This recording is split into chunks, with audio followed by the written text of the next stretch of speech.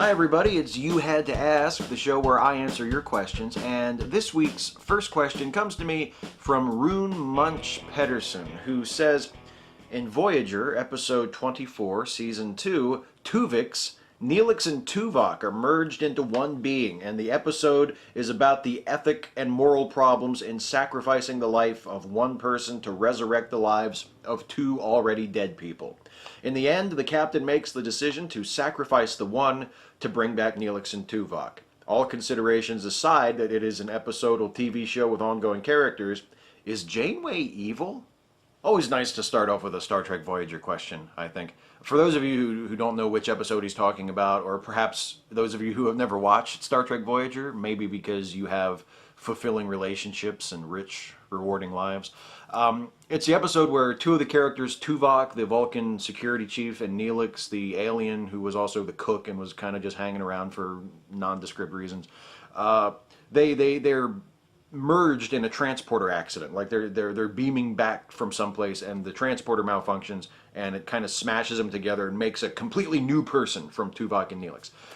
And then at the end of the episode, because as Rune said, it's episodic television, and the two main cast members have to be separated back out, that Captain Janeway decides that she's going to run Tuvix, the new person, back through the transporter, and the doctor has come up with some way to sort of separate them back out again, so that they will be themselves again. But what that means is that Tuvix, the new person who was created from Tuvok and Neelix, will die.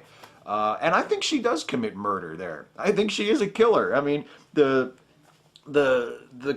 main point for me is that Tuvok and Neelix essentially died as people, as individuals, in the transporter accident. They were gone. They were killed. And Tuvix was a new person who was created from the transporter accident. And then Janeway, because she missed her friends Neelix and Tuvok, decided to murder the new guy, Tuvix, who she hadn't quite become so attached to bring back her friends. That's murder. That's to me an incredibly immoral decision for the lead character of the show to make. And of course, aside from some very sort of token hand-wringing and oh no, what a shame we have to do this to Tuvix, the show doesn't really deal with the implications of that act at all. And by the next episode, everything is fine. You know, that's the magic of episodic television, where, you know, everything sort of gets reset by the time the next episode starts. So you never have to deal with it. If you can just get to the end of the episode without and put off the moral implications until then, you're home free. You never have to talk about it ever again. I've always thought, 'cause I'm not a fan of Star Trek Voyager at all. I think there are a handful of good episodes from like the entire 7-year run, but overall I'm not a fan of the show at all. I think it was probably the worst Star Trek series. And the thing that, I mean, I've always wondered whether or not the creators of that show, or at least the male creators of that show, were having a laugh at the expense of women, because it was so highly touted when it started that Janeway was the first female Star Trek captain. And rightly so. That is kind of, I can see why that's a big deal in terms of, you know, pop culture things. I mean, Star Trek is a major franchise, a big entertainment entity, and to start a new TV series and for the first time put a female character as the lead and as the commander of the ship in the show, I mean, that's cool. That's a big deal. They should have, you know, tried to make a big deal about that. But then they went and made Janeway by far the dumbest, most incompetent, most reckless captain of all of the Star Trek captains. Like, I mean, Captain Kirk would be looking at Janeway going, what the fuck? And this is Captain Kirk, who, like, occasionally would take it upon himself to arm rival factions on warring planets. I mean, Captain Kirk did some pretty fucked up shit, okay? But even he, in his most reckless phase, would be looking at Janeway in, like, a typical Voyager episode going, oh my god, they let that woman have a ship? She's insane! She's just she's within the universe of the show, just judging the show by the standards of its fictional universe. She's a terrible captain. And then judging the show critically as a fan or as a critic or a bitchy Star Trek nerd, it's just a shitty show. And I've always thought, yeah, what a good job, women. You know, you've really attained a great place in our society. You've really shattered that glass ceiling. You finally got a female Star Trek captain. Oh, by the way, she's the shittiest one by like 1,000 miles. Sorry. Afterthought BTW. Hi, Steve. Have you had any experiences, first or secondhand, with mental illness? Do you think there is a stigma attached to it? How does the American health system shape up when it comes to mental illness? I've had some experience with it. I have some people in my family who've had mental illness issues. No one that I've ever been like really, really close to, so I can't say that I have a huge amount of firsthand experience with it. I've luckily never had any such issues myself. But I've known people, there are people who I have been outside of my family who I have been close to who have struggled with depression and things like that. It is stigmatized. It is stigmatized. And in a strange way, I think what are perceived as the less serious mental illnesses are sort of stigmatized even more, because we have this misplaced skepticism about mental illness, where I mean there are millions of Americans who believe all sorts of preposterous nonsense for no reason at all. They have zero skepticism, but then if they hear that someone is depressed, or someone has post-traumatic stress, or someone has some other mental illness that is not immediately apparent when you look at them, and isn't so bad that they just are completely unable to function, we have this skepticism about that, where they're faking it, or they just need to pull themselves up and just get to work, or they need to stop being a baby. There's a real stigma about things like that, where we sort of think that these issues aren't real, that this isn't really a disorder, that this isn't really something people need help for.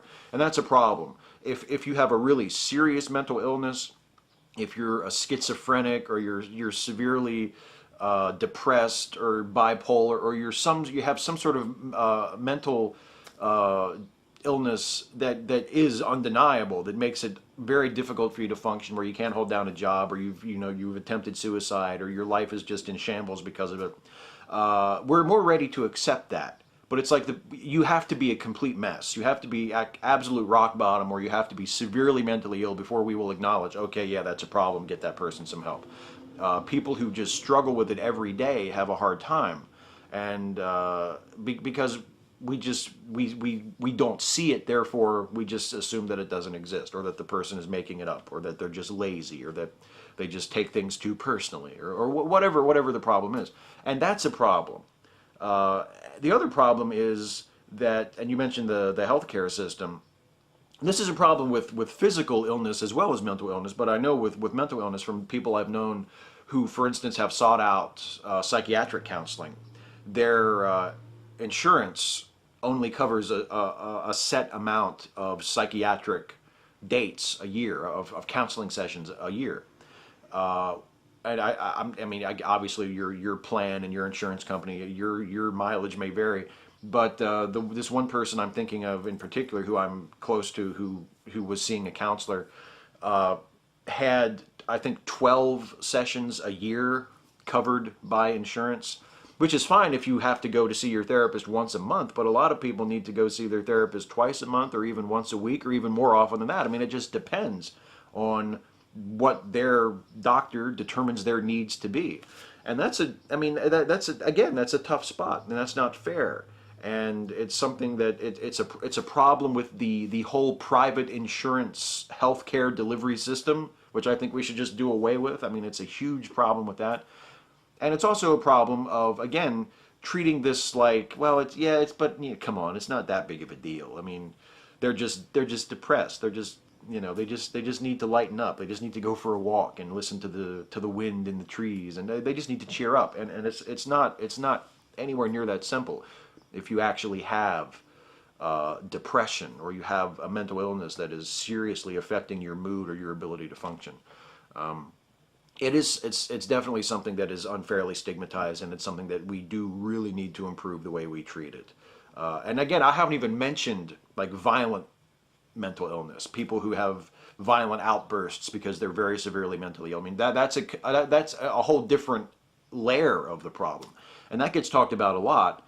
But there's a whole spectrum of issues that need to be dealt with better, that we need to have more compassion toward people who have these problems, and we need to make more and better and more affordable help available to people who need it. Mike Lee asks, probably been asked before, but who would you place in the fourth Horseman role now that Hitchens has departed? I know he'll never be replaced in entirety, but who could hold the closest role in contribution to the cause? I'm favorable to Victor Stenger, him being rather vocal about how science can disprove postulated theism. He lacks the salty rogue element, but that's not so important in the long run, in my humble opinion. Yeah, Victor Stenger would be good. I can see that. I think Ayaan Hirsi Ali has been good. I know she's sort of been inducted by Dawkins and Dennett and Harris. She's made some appearances with them as the Four Horsemen, and I think she's a good choice. I really like Ayaan Hirsi Ali. If I had to pick someone and it wasn't going to be her, I don't know, maybe Ricky Gervais, just to take it in a completely different direction. I mean, he's a very outspoken atheist. He's very articulate, doesn't have the scientific background, doesn't have the educational background, but is very on point and very articulate, very passionate about the issues. And I could definitely see going to see like a foursome of Dawkins, Dennett, Harris, and Gervais talk about atheism and religion and culture. That would be a hell of a lot of fun. Logical Cake, what are your thoughts on Right to Die? I personally would prefer to just settle my affairs and go rather than waste away in pain for a few months if it was ever to come to that. I think you should have that right. I don't know what I would do in that situation. I mean, I've always sort of thought that I would hang on to the bitter end, that you'd have to drag me kicking and screaming into my grave. But who knows, if I were in a situation where there was a terminal illness or I was, you know, incredibly depleted or injured or whatever, I might have a similar attitude. I might say, you know what, let me just end this on my own terms instead of hanging around and waiting for the end to come whenever that happens. I think people should have that right. And I think people should have the right to enlist the help of a willing physician or a friend or whatever if that's what they decide to do and if they can find such a person. I don't think we should treat assisted suicide like murder. I think it's up to the person. I think if you are in your right mind, you are capable of making a decision.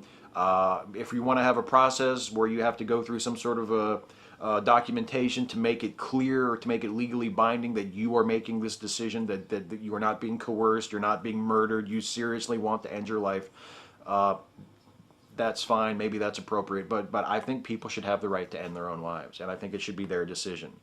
And I mean, there's nothing wrong with trying to talk somebody out of it. There's nothing wrong with like making absolutely sure this is what you want. I'm not a fan of suicide in general. I believe in discouraging suicide if it's the result of pain or of you know depression or a recent personal tragedy or something. I mean, in general, I'm anti-suicide very much. But if it's this sort of situation where you've made a calm, rational decision to end your life on your own terms, I think you should have that right, and I think other people should have to respect that right. Mads Rasmussen, now that you've had some time to digest your The Dark Knight Rises experience, do you still feel as overly positive about it? You were borderline giddy about it when you made the review, and I'm wondering if you were as stringent with your critique as you have been with the previous Batman movies. Now that it has had a year or so to settle in, I would downgrade it from best Batman movie ever to not as good as The Dark Knight, although I still think it's better than Batman Begins. I still have a positive view of it. I mean, I don't know if I'm as giddy about it as I was when I first saw it, when I made that review video. But I still like it. I still think it's a great movie. I still would not give it a bad review. If I were to watch it again right now and do another video, it would still be a positive review, I'm quite certain. The thing about it is that it's big, it's ungainly, it does have some logical lapses in the plot, which I acknowledge, which a lot of people make a big deal out of. But the ultimate point to me, now as it was when I first reviewed it, is The Dark Knight Rises gets to me right here. It moves me. It gets me emotionally. It makes me care about Bruce Wayne. It makes me care about what happens to him. That's important to me in a movie. And it gets me at the end. It gets me. It makes me care. It makes me interested in the fate of the characters. Plot holes and inconsistencies and and absurdities, we can talk about those and have a great time and acknowledge all the things that the movie tries to gloss over or gets wrong. But the ultimate point to me is that it is an emotionally satisfying film for that character. It's not as good as The Dark Knight. It's not as hard-nosed. It's not as serious. It's not as interested in the moral complications of its heroes. But then again, it's not the same kind of movie as The Dark Knight. The Dark Knight is really a crime movie, and The Dark Knight Rises is like a myth. It's like a superhero myth. It's big, it's operatic, it spans the globe, you know, it spends significant amounts of time in foreign countries. We see, you know, and the really big, bold, obvious symbolism of rising out of the hole. It's just a different kind of movie than The Dark Knight. It's a much broader, more epic movie. And sometimes that's a good thing, and sometimes that's a bad thing. But ultimately, I think it works. It has problems. It's clumsy. It's shaggy, but ultimately it works. And it still has great performances. Christian Bale is terrific. Tom Hardy is terrific. Gary Oldman is great in pretty much everything he does, and he's good in Dark Knight Rises. Joseph Gordon-Levitt is good, and it has that awesome final shot. I said in my original review that if the rest of the movie had been really terrible up until that last shot, that final shot before the cut to black of Joseph Gordon-Levitt standing in the Batcave and the platform rising up and like lifting him up out of frame, the new Dark Knight literally rising. That final shot is so good and so powerful and so evocative and so cool and so inventive and so unexpected, but yet at the same time so telegraphed and obvious and something that you should totally have expected. It's just absolutely perfect. It's a great final shot and a great way to end that series, that Nolan Batman series. So yeah, the short answer to your question is yeah, I would still have a positive review of it. Not quite as over the moon giddy as I was when I first saw it, but nonetheless, I'm still an admirer and a defender of Dark Knight Rises. Absolutely. Blake Ladwig, Steve, does your dedication to your hat go beyond your videos? Do you wear it whenever possible? Do you teach in it or ever sleep in it? You had an extra hat behind you in your last An Atheist Reads video and wondered how many you've gone through. I wonder because I wear my Green Bay Packers hat so much that I sometimes wish I could have had it permanently attached to my head with super glue, so any chance of losing it would be lost. Yes, I do wear the hat all the time. Not just in the videos, but constantly. I don't sleep in it. I don't shower in it. I don't have sex in it. I take the hat off. But during the day, when I'm dressed, when I'm around the house and I'm going places, whatever, I almost always have the hat on. I always have. I haven't always worn this particular hat, but since I was a kid, I've just always worn a hat. It's just been something that I've done. And obviously I couldn't wear it during school. My schools always had dress codes where you couldn't wear hats indoors and all that stupid stuff. But whenever possible, I would wear the hat. I'm just generally more comfortable in the hat, and I think I look better in it too. I think I look good with the hat. Yeah, and the Hagerstown Suns hat that I wear now, that I've worn for the last couple years, I've gone through 3 of them, I think, 3 or 4 of them, and one of them, the one that you see over there, that you can see behind me in some of the Atheist Reads videos, that's an old one. That's one I don't wear anymore. That's kind of worn out. And this one's getting to that point too. I think next month probably I'm gonna invest in a new hat, and I might get 2 or 3 of them at once because. I like the Suns hat. I like the way it looks. I like the black, and I like the logo. And the Hagerstown Suns may be moving to Fredericksburg. They may not be staying in Hagerstown for very long. So I want to get the Suns hat while I can get it, so I can have a nice sort of cushion before I have to switch to another hat. Although I probably just wear like an Orioles hat or something. But yeah, I wear the hat all the time. It's disgusting. It's ridiculous. It's infantile and silly that a grown man would wear a hat like as often as. All right. Hey, good. The lightning says I have talked enough. It is time for the lightning round. Rapid fire questions, glib and adequate answers. Fleet Warriors 75. Who is your favorite Christian televangelist / popular Christian spiritual leader based on sheer spite or comedic value? That would be John Hagee. the blustery blowhard from San Antonio, Texas, the leader of Cornerstone Church. If you haven't watched a John Hagee sermon, please do yourself a favor and watch John Hagee and see how empty-headed, loud, angry, intellectually vapid, shamelessly pandering Christian evangelical sermons are done, because Hagee is a master of that awful, awful, contemptible art form. Cass00078, what are some of your favorite comic book villains and why, including previous and occasional villains? Well, apart from the usual suspects that everybody would say, like the Joker or Magneto or Lex Luthor, I've always really liked Mr. Zsasz, the Batman villain. He had a brief appearance on film in Batman Begins, but in the comics is really where you need to find Mr. Zsasz. He's a really cool character. Really creepy, like he's a serial killer who has hatch marks all over his skin. Each hatch mark represents a victim of his, a person that he's murdered, and he has them all over his body. He's essentially just a really dark, incredibly prolific serial killer, and can be a really creepy, really effective villain. I really like Mr. Zsasz. Shishiro Mura, if Emma Watson had Richard Dawkins' voice, would you sex her up? Well, of course not. I'm a married man. If I weren't a married man, and if Emma were up for it, Richard Dawkins' voice would not be necessary. It would also not be an impediment, by the way, if that's what you were asking. Dr. Themo, do you think there is such a thing as too far in comedy? No. I think it depends on the comedian and how the subject is approached, what the joke is. I don't think there's any such thing as too far. There's such a thing as shitty comedians who don't know what to do, but there's no such thing as too far. The real Paul Marshall, Springsteen or Manfred Mann? Oh, come on. Springsteen.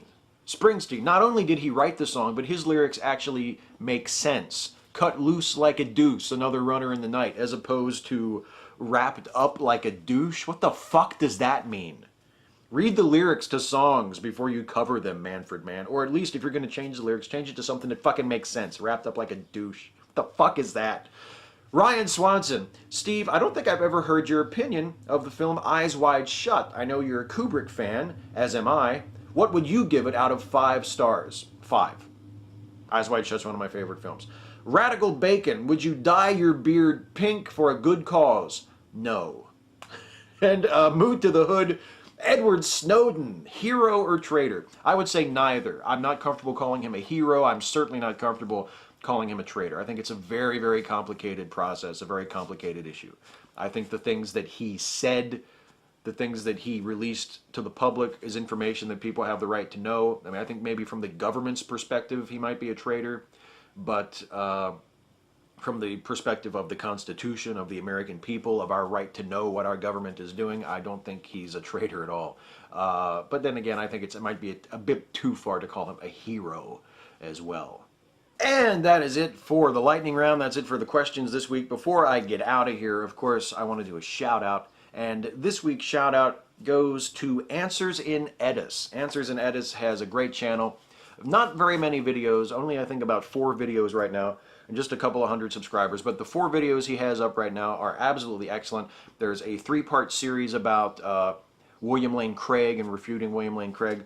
And then just recently, just about a month ago, his most recent video is on a subject that I've been knee-deep in for the last couple of months, whether or not it takes more faith to be an atheist. He actually posted the video as a video response to one of my An Atheist Reads, I Don't Have Enough Faith to Be an Atheist videos, and it's a really, really good video, a really interesting video, and you should check it out. And you should check out his channel and subscribe to him and give him some attention, and maybe he'll make some more videos, which I really hope he does, because he's good, and it's an excellent channel. So AnswersInEddas, check that channel out. That is it for this week. Once again, I have reached the end of another episode of You Had to Ask. I will, of course, be back next week to do it again, provided that you ask me some questions. You have to ask for me to keep making these videos, and I really, really wish that you would, because these videos are easy to make. So please leave a comment on this video, ask me a question, anything you want to know, anything you want to hear me run my mouth about. No topic is off limits, no question is too stupid, no question is too silly, no topic is too inconsequential, and of course no topic is too gravely serious and inappropriate for a venue such as this. Ask me anything. I will answer as many of them as I possibly can next week. So thank you guys for asking so many great questions. As always, thank you for watching, and I will see you next week.